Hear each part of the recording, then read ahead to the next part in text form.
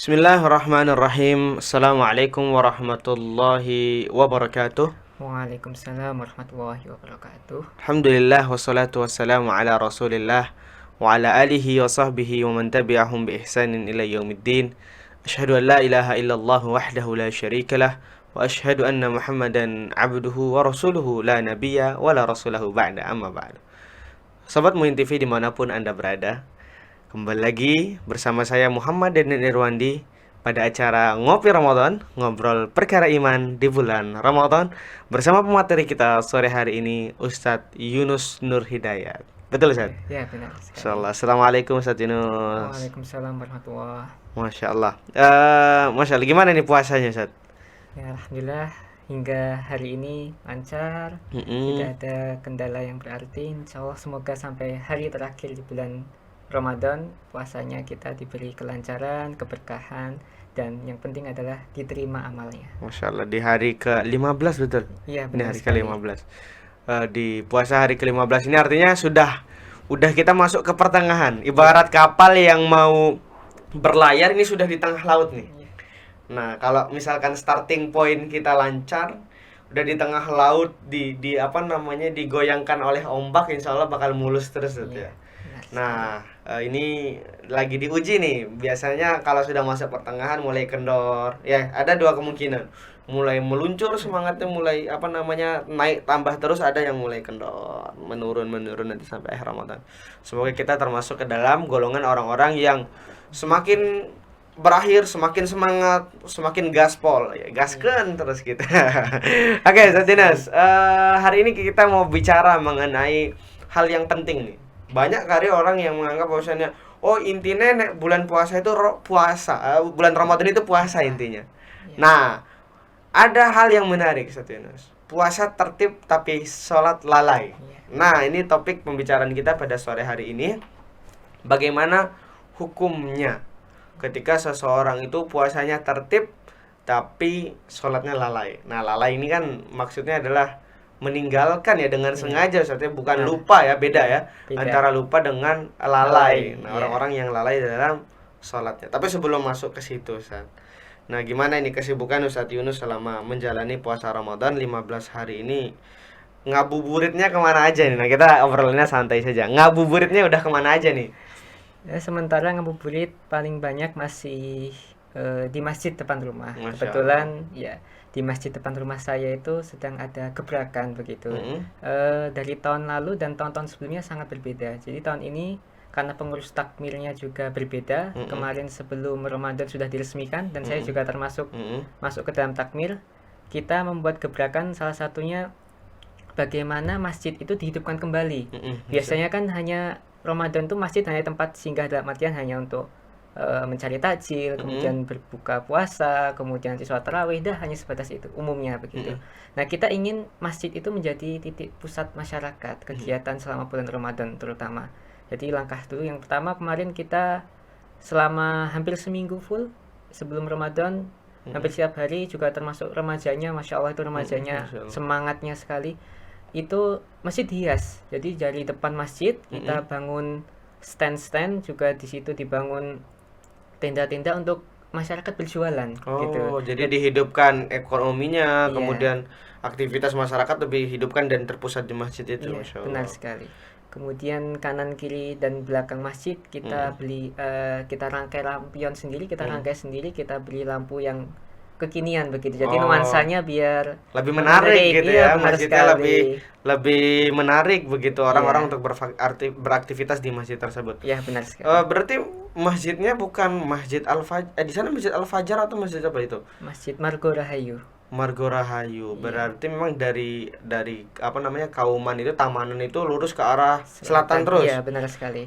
Masjid Margo Rahayu Iya. namanya. Oh, menarik ya. Oke, karena memang tempat tinggal saya dengan tempat tinggal Ustadz Yunus ini berdekatan gitu, Iya. pemirsa Muin TV.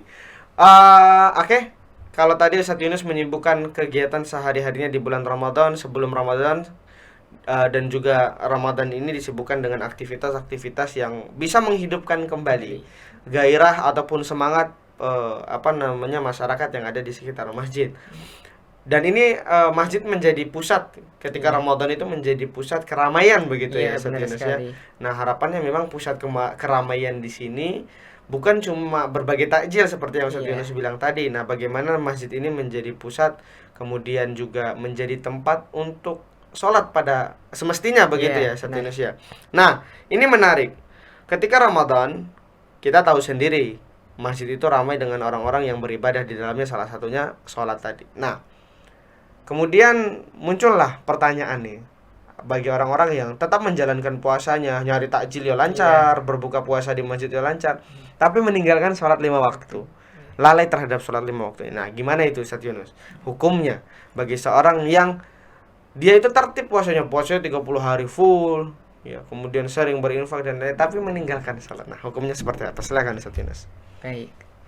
Itu pertanyaan yang mungkin ketika menjelang puasa banyak ya, karena juga di masyarakat juga mungkin ada yang seperti itu. Nah, bagaimana hukumnya? Jika sebelum sampai hukum, menarik kita lihat dulu penyebabnya biasanya. Penyebab al-asbab dari dia meninggalkan atau lalai dalam sholatnya itu ya? Iya benar. Kenapa dia lebih seakan-akan mengutamakan puasanya daripada sholatnya? Kalau saya perhatikan, saya pikir, saya analisis, ternyata biasanya kebiasaan menganggap bahwa puasa itu bukan suatu tradisi keagamaan, bukan suatu sunnah keagamaan, tapi hanya tradisi kemasyarakatan. Oh, awalnya penyebabnya karena memang dia menganggap kalau puasa ini tradisi, bukan aja atau syariat, bukan syariat begitu. Benar. Bisa dilihat sebenarnya dari kecil. Kita ketika kecil, kadang itu anak-anak kecil lomba-lombaan. Ya, siapa yang puasa 1 hari full begitu. Betul. Nanti kemudian siapa yang puasanya full 1 bulan begitu, dan mereka akan kayak berlomba dengan temannya. Nah, di situ mereka kalau ada anak atau temannya yang tidak puasa mungkin atau tertinggal dengan teman-temannya, akhirnya dia minder begitu. Akhirnya kadang dia berpuasa itu karena ingin tidak dibully atau ingin tidak dijelekkan, direndahkan oleh temannya. Nah, itu bisa membawa orang itu psikologi sampai besar, hingga dia ketika besar menganggap bahwa puasa ini agar dia tidak istilah dibanding-bandingkan begitu. Oh, begitu. Ya, apalagi kan kalau kita misal sudah dewasa, sudah tua begitu, kita tidak puasa, kemudian ada anak yang tahu kalau kita tidak puasa, nanti biasanya kita malu begitu, atau enggak nanti bahkan orang lain akan membicarakan kita. Jadi itu kadang niatnya di awal sudah salah begitu. Berarti alasan dia berpuasa itu bukan memang karena puasa itu wajib atau syariat Islam ya, tapi karena memang pressure dari lingkungan sosial yang mengharuskan dia buat berpuasa, itu penyebabnya. Iya benar. Kalau saya memperhatikan seperti itu yang sering terjadi. Tapi memang setiap orang, ya, saya tidak menjudge semua seperti itu, hanya beberapa saya perhatikan seperti itu. Nah, bagaimana hukumnya? Hukum itu jika dilihat itu memang puasa dan sholat berbeda ya, karena itu dua ibadah yang berbeda, maka hukumnya juga berbeda. Dalam artian sholat itu hukumnya wajib bagi kita ya kan. Kita sudah diperintahkan oleh Allah di dalam Al-Quran, Nabi Muhammad juga sudah memberitakan di berbagai hadisnya, sudah mencontohkan juga. Begitu juga dengan puasa, hukumnya juga wajib. Nah, apakah misalnya salah satu ini ditinggalkan kemudian berpengaruh kepada yang lain? Jawabannya iya. Bisa kita lihat di salah satu hadis begitu. Hadis bahwa Nabi Muhammad pernah bersabda bahwa puasa itu harusnya menjadikan orang itu mempunyai perisai. Perisai dari apa? Perisai agar dia tidak berbuat keburukan. Salah satunya dikatakan Nabi Muhammad yang disabdakan bahwa agar dia tidak berkata dusta, berkata yang sia-sia. Barang siapa yang berkata sia-sia, maka puasanya tidak dianggap oleh Allah, tidak diterima oleh Allah. Nah, di sini kita sudah bisa mengambil keputusan, bisa mengambil bahwa orang yang berkata dusta, orang yang berkata sia-sia, kata Nabi Muhammad, kata sabda Rasulullah bahwa orang ini puasanya tidak diterima oleh Allah, tidak dianggap oleh Allah. Allah tidak butuh, begitu bahasanya. Nah, tapi kita lihat sholat ini yang statusnya hukumnya wajib, dan sampai bahkan ulama berselisih pendapat. Ada yang mengatakan orang yang meninggalkan sholat dengan sengaja atau lalai atau mungkin karena malas meninggalkan sholat, dia bisa dikatakan kafir. Ada yang mengatakan faqad kafar, karena itu sesuai dengan sabda Rasulullah juga. Ada yang tidak sampai kafir tapi dosa besar begitu. Nabi Muhammad saja tadi di hadis sebelumnya mengatakan bahwa yang berkata dusta aja puasanya tidak dianggap, tidak diterima oleh Allah, apalagi orang yang tidak melakukan sholat, begitu, yang dia jauh tingkatan sholat itu lebih tinggi. Lebih wajib gitu Iya, ya, maksudnya benar sekali. secara urutan pun kalau kita misalkan lihat syahadat itu yang pertama, yang kedua itu sholat. Nah ini ada tertib dalam artian kalau orang belum bersyahadat maka sholatnya dianggap tidak sah. Benar. Kemudian begitu juga dengan orang yang syahadat saja itu tidak cukup, harus didampingi dengan sholat tadi untuk mendukung asyhadu alla ilaha illallah asyhadu anna muhammadar rasulullah. Itu Ustaz ya. Iya, benar sekali. Karena kan kita tahu ya, ketika kita sholat kita pasti mengucapkan syahadat ya ketika tasyahud itu ya. Nah itu kan untuk memperbaiki iman. Kalau misalnya kita hanya puasa saja, berarti kita ibadah atau mengingat Allah hanya setahun sekali, ya kan, hanya bulan Ramadan saja. Makanya Allah ada ibadah yang lain, yaitu sholat itu, biar kita sering mengingat Allah, setiap hari dilakukan begitu. Oke, kalau untuk masuk ke hukumnya Ustaz, hukumnya orang yang lalai terhadap sholat tapi dia berpuasa. Nah, apakah puasanya ini dikatakan sah atau tidak puasanya kalau dia tidak sholat? Ya, dari berbagai literatur yang saya baca, kalau terkait sah atau tidaknya itu terkait rukun. Apakah dia misal niatnya murni karena Allah, kemudian apakah dia memang menahan hawa nafsu, kemudian makan dan minum dan yang dilarang begitu. Kalau dia melakukan itu, puasanya sah, tapi tidak diterima begitu. Sah tetap sah, tapi tidak diterima begitu, selama dia menjalankan rukunnya gitu. Artinya kalau rukun dari puasa itu terpenuhi maka sah-sah saja. Iya. Tapi seperti yang dibilang tadi, itu tidak diterima oleh Allah Subhanahu wa taala. Iya, benar sekali. Karena ya tadi itu hanya berkata dusta saja, berkata bohong dan sebagainya saja. Puasa itu tidak diterima oleh Allah. Makanya kenapa kita tahu sering kita tahu tujuan dari puasa yaitu la'allakum tattaqun, agar kita bertakwa. Salah satu indikator kita bertakwa adalah kita mengamalkan ibadah itu dengan sungguh-sungguh, semua ibadah termasuk sholat. Kalau kita melakukan puasa tapi tidak melakukan sholat, berarti ada yang salah dengan puasa kita, karena dia tidak meningkatkan sholatnya begitu. Karena kan harusnya la'allakum tattaqun, harusnya kamu bertakwa karena dengan puasa itu. Tapi kenapa dengan puasa malah tidak sholat? Berarti ada yang salah dengan puasanya. Padahal kita tahu ya, ada hadis yang mengatakan man qama ramadanan imanan wa ihtisaban ghufira lahu ma taqaddama min dzambihi. Itu ya, koma di sini bisa berarti sholat, walaupun memang yang dimaksudkan adalah sholat lail ataupun taraweh itu ya. Yang taraweh saja itu dianjurkan dengan sangat ya, apalagi dengan puasa apalagi dengan sholat fardu itu begitu. Menarik berbicara mengenai hal tersebut. Nah, misalkan nih Ustaz, ada pertanyaan, Ustaz, saya ketika sahur ketika sahur, kemudian ba'da sahur saya tertidur Ustaz, sehingga saya lupa untuk melaksanakan sholat subuh. Kemudian saya bangun itu sekitar jam 7 pagi. Apakah saya bisa langsung sholat? Ya, sangat bisa.